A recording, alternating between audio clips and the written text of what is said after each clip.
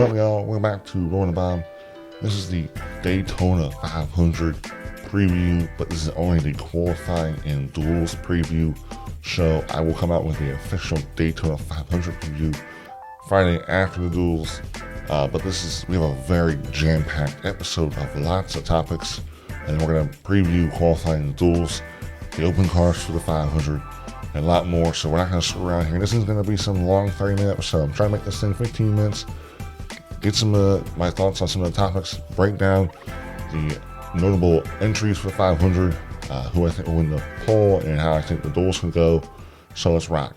3G will return to Kyle Busch's number 8 car this year. It'll be in select races. The races haven't been announced, but this is great, man. There was talks, the Zone Nicotine Pouch Company, they were going to be the anchor sponsor, majority of the sponsor races this year, but it looks like that 3G will be back. Kyle Busch stuff will be back. I do feel bad for the Kyle Busch fans, though, because he's going to have a nicotine company, which kids cannot, you can't really support that because you're not old enough, and also the whole Rebel Bourbon, which is also an adult, product, and then 3G, which is also another adult product. So it's really safe for some of these kids that are fans of it that really can't support him or really rep any of his merch because it's all like adult-type brands, which really stinks. But it's great for Kyle Busch. I think it's a whole different Kyle Busch now, right? He once was the Candyman. Now he's the adult brand man. The pouch using, bourbon drinking, 3G using dude now, race car driver. So it's a whole different Kyle Busch. But this is great for him to get a really good big time sponsor. Which I gotta say, his paint scheme was sick. The black and the gold trim was awesome. So it's cool to see 3G back for the number 8 car this year. Another thing. Looks like NASCAR is open to participating in another Days of Thunder sequel movie. Days of Thunder was a massive movie in the 1990s for NASCAR. 82 million box office, huge in the 90s for them. Tom Cruise was the main guy. Looks like NASCAR is open to that. I think it would be huge. There was some talks. I know, like Maverick, they already made a sequel, a second movie to that. I'm already hearing that there could be a Top Gun 3 movie. So I think this would be great. Especially if NASCAR could open to it, they could easily give all the access. They own a lot of the tracks. They could give a ton of access to the people that are making this movie. I think it would really be a unique opportunity for NASCAR. I want it. I think it's, especially with the NASCAR Netflix series being a success, I think this could be another add-on addition to help grow the sport to newer fans. I think that would be like the main thing. Speaking of the Netflix documentary series, Steve Phelps is hoping that they can get the green light to that series. Today was the NASCAR Media Day for all drivers for the 500, so there's a ton of questions and news that came out from this week. But Steve Phelps did say that they're hoping to get the green light on Season 2 of NASCAR Full Speed, which would also be massive. Hopefully it's more episodes. Hopefully it's different drivers. But I wouldn't mind seeing some of the same drivers. Like Denny Hamlin, give me more of him. But that's definitely going to be a great opportunity, and really, hopefully that all comes through and they get the green light from Netflix, and Netflix can make another episode and produce another season to really showcase more of NASCAR's talent and drivers and teams. Last thing I want to get into is the Adam Stern posted something interesting this past week about the total top followed NASCAR drivers on Instagram, and this is how they ranked. Tony Breindinger at number 1, Hailie Deegan at number 2, Bubba Wallace at number 3, Chase Elliott at number 4, Kyle Busch number 5, Kyle Larson number 6, Joey Logano number 7, Ryan Blaney number 8, Austin Dillon at number 9, John Hunter Nemechek at number 10. The top 2 are both females, not in the Cup Series, both attractive females, I would say, but also have a massive following. I mean, Tony Breindinger has 2 million followers, Hailie Deegan has 1.4. Massive followings. They have a lot of sponsorships, and a lot of sponsors have come to them to help promote their products because they have such a massive following. So it makes sense. Now, I wouldn't say they really haven't done much in the NASCAR world. They haven't really accomplished anything. I know Tony Breindinger, I know, is going to be going full-time with venturing motorsports this year at ARCA, and they also do select truck races for Tricon Garage. And then also, Hailie Deegan will be racing full-time for A&M Racing in the Ford team with Ford performance-backed car and Roush Jake's support for engines. I think this is going to be both big years for them both if they really, wanted to succeed. It's great to see them have a massive following, but they're not getting followed because they're good race car drivers. Not saying they can't be, but they haven't really done much in the series or any series they raced in. They all have some potential. Hailie Deegan, to me, has had a lot more experience in 4 years of truck. She has been very disappointing. So hopefully this year could be a big year for her. And then after that, we have all Cup drivers, which is good. Bo Wallace is number 3, 493,000. They're all decently followed. I didn't know why, but Frankie Muniz, I guess, doesn't qualify as a NASCAR driver because he was an ARCA, so that's a little bit weird. He has like 923,000, so he should be up there too. And then also, Denny Hamlin has 228,000. And John Arnechek, they're showing here he has 219,000. Now, I saw John Arnechek. He has over almost 1 million followers on YouTube, so he's really growing his channel. That's probably why he has a lot of followers. But he shouldn't be number 10. Denny should be number 10. Hopefully, with this Netflix thing, they can really, hopefully the channels and these accounts really grow. And also, I think it's good to hopefully see some drivers, instead of just making a generic, Instagram, they're able to hopefully put better content and like more creative content. Like what Denny Hamlin's doing, he's not just posting racing, your generic racing stuff, sponsor advertising. He's doing so much more. Denny Hamlin, if you haven't followed anyone, Denny Hamlin is the right person to follow. But besides that, really, really cool to see, the top followed NASCAR drivers in our sport today. Now it's time to get to our preview for qualifying duels for the Daytona 500. I want to start with the open cars. This is how the order goes.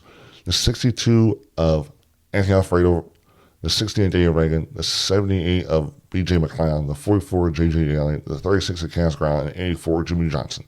The 44 of JJ Daly, that is racing for New York Racing. It was supposed to be Greg Biffle, but I guess the team is not filling contract obligations. Greg Biffle did come out with her statement saying that the team, that the guaranteed obligations that were going to be fulfilled for him when he drove for them, I guess are not being fulfilled. Maybe he's not getting paid when he was supposed to get paid, or didn't get paid at all. So he's still supports the team, but he's not planning to race for them until those are filled. It was going to be some weird unknown ARCA driver. I do not have the name with me, but now it looks like JJ Elliott is going to be the driver. But I also saw something that someone posted on X about the new racing cars, the only car that has not unloaded for today's and tonight's qualifying for the 500. So that's a little bit interesting. So who knows if this car will enter for qualifying. But this is really interesting. It's technically going to be 42 cars entered, the 6 here and plus the additional 36 charters. If I were to start off with just qualifying, who I think out of this group will make it, 2 cars qualify for the race in tonight's qualifying session. The top 2 fastest out of the open cars will make the race. In my opinion, I'm going to go the 84 Jimmy Johnson makes it, and the 60 a day Reagan makes it. They're going to be the 2 best cars. They're coming from the best 2 most highest resource teams, the best teams in my opinion. They're going to have, I think, really good rocket ships. Some of them I think could really qualify high in this qualifying. So I think that'll be exciting. I think those 2 will make it in. Now we head into the 66th annual Daytona 500 entry list. 42 entries, big field. It's always the biggest field of the year because it's Daytona 500.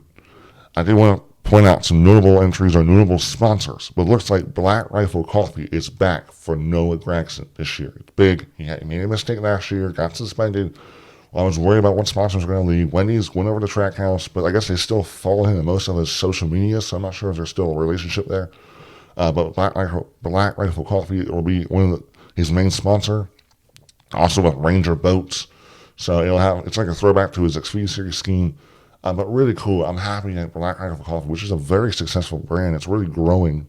I think their coffee is decent. It's going to be sponsoring him in this race, which is great. I'm happy for Noah. I think the Fords are really fast in that Daytona. I think he'll have a good opportunity to really, hopefully qualify well, but that'll really all matter in the duels. Looks like FedEx will sponsor Denny Hamlin in this race. That wasn't the only one. I just wanted to, point out the sponsorships. I am going to go through some pink schemes and over some pink schemes in my second review after, qualifying the field set. But the entry list, 42 entries, definitely going to be exciting. Qualifying, only 2 spots count. If I'm going to pick, the Hendrick cars have dominated, and I really want to say the 2 Hendrick cars, but I really don't know, because we don't know what the speed the Fords are going to have in this race, and we also don't know what the Toyotas are going to be capable of. So, and we really just won't know what kind of speed they're having in the pack until tomorrow night, Thursday night, in the duels.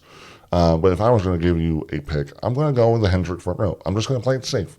For some reason, even though they probably don't have a new body or anything like that, I still think they're going to figure it out. And I see a Hendrick front row. I'm going to give. I think it'll be Alex Bowman again, and I'm going to say William Byron this time. Alex Bowman gets the pole, winning by in second. Hendrick Motorsports front row. I'm just going to play it safe.